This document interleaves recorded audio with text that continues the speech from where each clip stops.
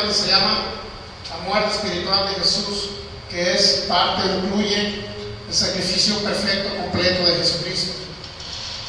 Jesucristo mencionó en San Juan capítulo 3, versículo 13 y 14, dice: nadie subió al cielo sino el que descendió del cielo, el Hijo del Hombre que está en el cielo. Y como Moisés levantó la serpiente en el desierto, así es necesario que el Hijo del Hombre sea levantado, para que todo aquel que en él cree no se pierda, mas tenga la vida eterna. Fíjese bien. Ya hemos visto, hemos avanzado, este es el disco número 12, hemos avanzado bastante, y ya vamos a casi a concluir este tema, con la finalidad, pues hemos visto grandes cosas de la palabra de Dios. Hemos determinado pues la deidad de Cristo, hemos determinado que también vino como el Hijo del Hombre, y como Hijo del Hombre él bajó al corazón de la tierra en Mateo 12:40. Determinamos que Jesús le cayó todos los pecados de la humanidad, le cayó toda la naturaleza del pecado, le cayó, en pocas palabras, tinieblas viniendo sobre él, 3 horas de oscuridad cuando él estaba en la cruz del Calvario. Sí, eso todo el mundo lo sabe, ¿verdad? Que él derramó su sangre, pero lo que no nos había dicho era que Jesús bajó al infierno a sufrir, al Seol, o Hades también se lo podría llamar. Así es que cuando entendemos que Jesús no nada más murió en la cruz, sino que también su alma y su espíritu sufrieron en un lugar de tormento llamado el Hades, el infierno, o Seol, como se le quiera llamar. Entonces podemos comprender que grande fue el sacrificio que hizo Jesús por la humanidad, no nada más por nosotros, sino por toda la humanidad. Lamentablemente la humanidad no ha conocido estas verdades, y por la falta de conocimiento, en primer lugar, pues muere. Usted ha visto gente que muere de accidentes todos los días, gente que muere de enfermedades incurables. Esta serie, la muerte espiritual de Jesús, entender que Jesús, fíjese, dice el versículo 14, San Juan 3:14, como Moisés levantó la serpiente en el desierto, así es necesario que el Hijo del Hombre sea levantado. Vamos a Números 21. Es importante entender el término serpiente, entender ese término cuando se refiere a números, al libro, vamos al libro de Números, que está después de Éxodo, Levítico, después sigue Números, antes de Deuteronomio. Números, capítulo, fíjense, no nada más toda la palabra que hemos visto, no nada más eso, sino que Dios va a respaldar con milagros. Cada día que si usted tiene conocidos enfermos o algo, tráigaselos para orar por ellos, para que vean los milagros de parte de Dios. Dios no nada más confirma su palabra, no nada más su palabra seca, sin fruto, sin nada, sino su palabra acompañada de milagros, de señales, del poder del Espíritu Santo. Es decir, nosotros no predicamos un evangelio con puras palabras. Mucha gente le va a llegar a lo mejor diciéndole que Dios le ama, pero esa gente llega, aparte, la humanidad quiere que se vean milagros del poder de Dios. Por lo menos a mí me convenció su palabra, pero acompañada de los milagros, de las señales y del poder de Dios. Dijo el apóstol Pablo: yo no he venido nada más con palabras persuasivas, sino he venido con demostración de poder. Así es que es demostración de poder acompañando la palabra. Las señales, dice Marcos 16, que siguen a la palabra. Si usted va a un lugar y no ve milagros, no señales, sálgase a ese lugar. No le conviene. Así es que siempre la palabra acompañada de señales, de milagros. Así dice Marcos 16, que las señales las señales se guían a la palabra. Ok, estamos en números 21. ¿Para qué sirve conocer esto?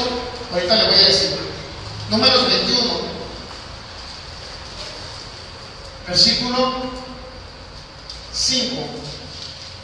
Y habló el pueblo contra Dios y contra Moisés. Fíjense bien. Dice que habló el pueblo contra Dios y contra Moisés. ¿Por qué nos hiciste subir de Egipto para que muramos en este desierto? Pues no hay pan ni agua, y nuestra alma tiene fastidio de este pan tan liviano. El pueblo comenzó a murmurar, fíjese. ¿Murmurar contra quién? Contra Dios. Pero también en contra con Moisés. Entonces la murmuración, en pocas palabras, es una puerta abierta para que el diablo venga y destruya nuestro cuerpo en la tierra. Aún así, si usted recibió a Jesús en su corazón, si usted nació de nuevo al creer que Jesús bajó o sufrió en la cruz y aún más fue levantado de los abismos al tercer día del infierno, pues fue levantado al tercer día, y usted le cree y usted lo confiesa con su boca y lo declara con su boca que Él es el Señor de su vida, Jesús entra a su corazón y usted nace de nuevo. Ese es el nuevo nacimiento espiritual. Desde ese momento el diablo puede venir, pues, y si usted, por decirlo así, murmura contra alguien, puede el diablo destruir su cuerpo, pero su espíritu, su alma se va al paraíso. Esa es la ventaja que tenemos los que hemos recibido a Jesús. Así es que dice en Números 21, versículo 6, ahora dice: y Jehová envió entre el pueblo serpientes ardientes, fíjense, que mordían al pueblo. Entonces esa palabra envió, a lo mejor en su traducción dice envió también, pero ya la analizamos que es la palabra rechalak, y que significa solamente que Dios permitió. Dios permitió entre el pueblo serpientes ardientes que mordían al pueblo. ¿Por qué permitió Dios? Porque Dios permite lo que el ser humano permite. Dios no puede violar la voluntad del ser humano. En algunos lugares se cree que Dios, por decirlo así, si estamos aquí es porque Dios a la fuerza nos trajo. ¿Me explico? Si estamos aquí porque decidimos oír la palabra y creerle a Jesucristo y adorar a Dios.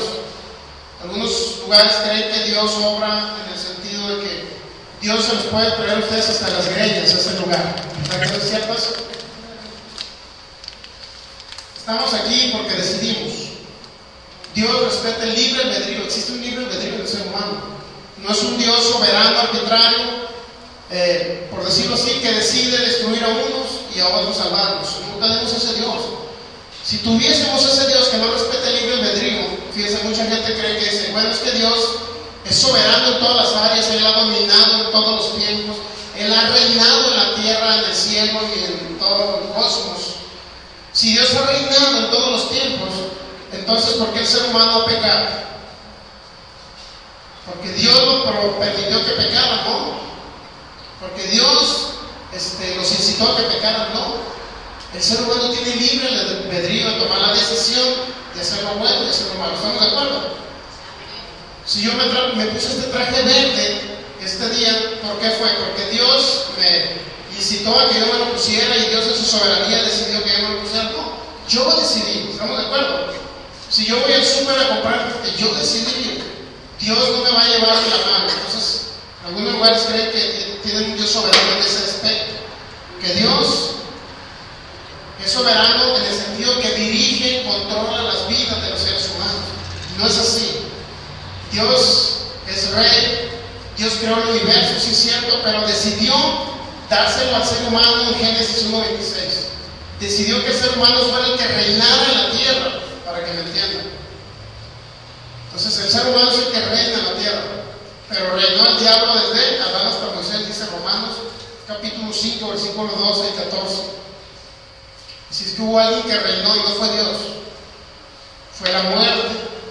Y Hebreos 2:14 dice que la muerte, el que tenía el imperio de la muerte es el diablo. Bueno, entonces en este momento, fíjense bien lo que dice.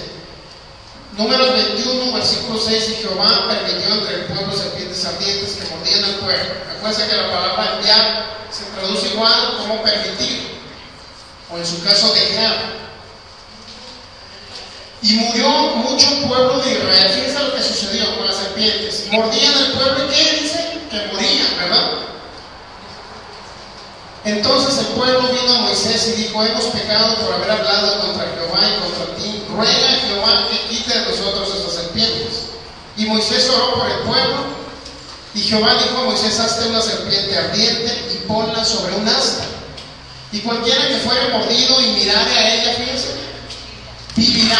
Es decir, cualquiera que fuera mordido por las serpientes que Dios permitió, por decirlo así. Ahora, ¿quién envió las serpientes? ¿Dios las envió? Dios permitió que esas serpientes hicieran eso. ¿Por qué? Si nos vamos, cuando tenga oportunidad, leer Eclesiastés capítulo 10, versículo versículo 8. O Eclesiastés capítulo 10, versículo 8 dice, en primer lugar dice que el que aportillare vallado le morderá la serpiente. El que hiciere hoyo caerá en él. Es decir, cada quien permite, por decirlo así, el abrir el vallado de protección que tenemos de parte de Dios. Nosotros abrimos un hoyo y por ahí el diablo entra y destruye. Eclesiastés 18 así lo dice. Entonces vamos a ver el versículo 8. Números 21:8. Y Jehová dijo a Moisés: hazte una serpiente ardiente y ponla sobre un asta, y cualquiera que fuere mordido y mirare a ella vivirá. Fíjense, ¿para qué servía esa serpiente de asno?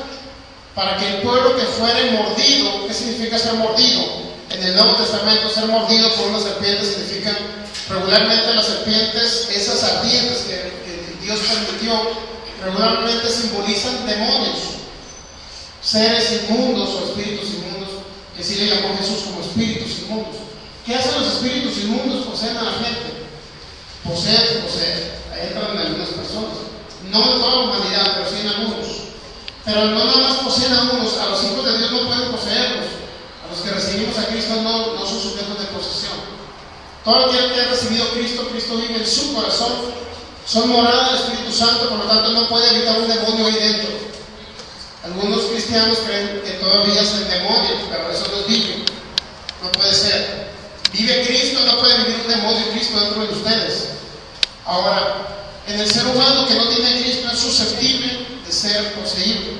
Aún así no todos están poseídos, pero sí pueden ser influenciados en su mente por pensamientos de los demonios. Es decir, un demonio le puede poner a usted un pensamiento cuando usted se enoja o algo y dice, mi vecino me cae gordo, me comenzó a hacer daño mi vecino. Entonces a usted le cae mal a esa persona en tal momento que un demonio puede ponerle un pensamiento para que usted quiera hacerle un daño a esa persona. ¿Estamos de acuerdo? Influencian la mente de ellos, influyen en la mente de las personas, y algunos seres humanos que no tienen a Cristo pueden ser susceptibles de ser poseídos. Es decir, los que han visitado grupos, que han visitado, le han leído las cartitas, a lo mejor por ahí ha entrado algo. Entonces todo eso son susceptibles de ser poseídos. Si usted practicó eso, créanlo que si ya recibió a Cristo ya no está poseído. ¿Me explico? O sea, yo en lo personal, por la ignorancia, visité algunos grupitos hace bastantes años, pero aún así creo que no fui poseíble. Aún recibí a Cristo, por si de acaso había uno por ahí se fue. ¿Me explico? Entonces existen tres niveles. Existe el nivel de opresión, depresión, opresión y posesión.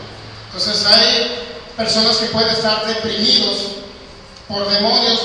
Es decir, por ejemplo, cuando alguien está, que no le haya sentido la vida, por ejemplo, dicen que si le salen todas las cosas mal y comienzan a deprimirse, están deprimidos, pero porque hay seres inmundos ahí tratando de meter mensajes en su mente.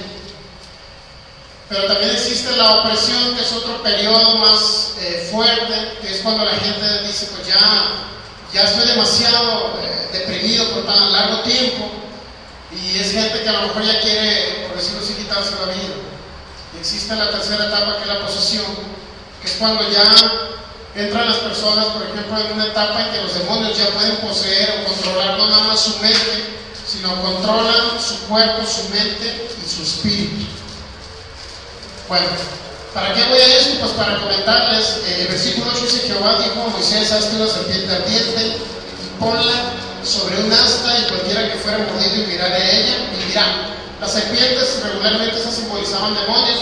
Los demonios regularmente también hay espíritus de enfermedad, que no nada más poseen al ser humano en el sentido de su espíritu, su alma, sino también poseen su cuerpo. Es decir, por ejemplo, hay cristianos que ya recibieron a Cristo, que nacieron de nuevo, que son templos del Espíritu Santo, pero aún hay espíritus de enfermedad en su cuerpo. Por ejemplo, una dolencia X no significa que estén poseídos, pero sí significa que estén oprimidos por una enfermedad de parte del diablo, por medio de un demonio, un espíritu inmundo. Jesús, cuando echó fuera las enfermedades, él echaba fuera los espíritus inmundos, o espíritu de enfermedad, también le llamaba. Así es que hay diferentes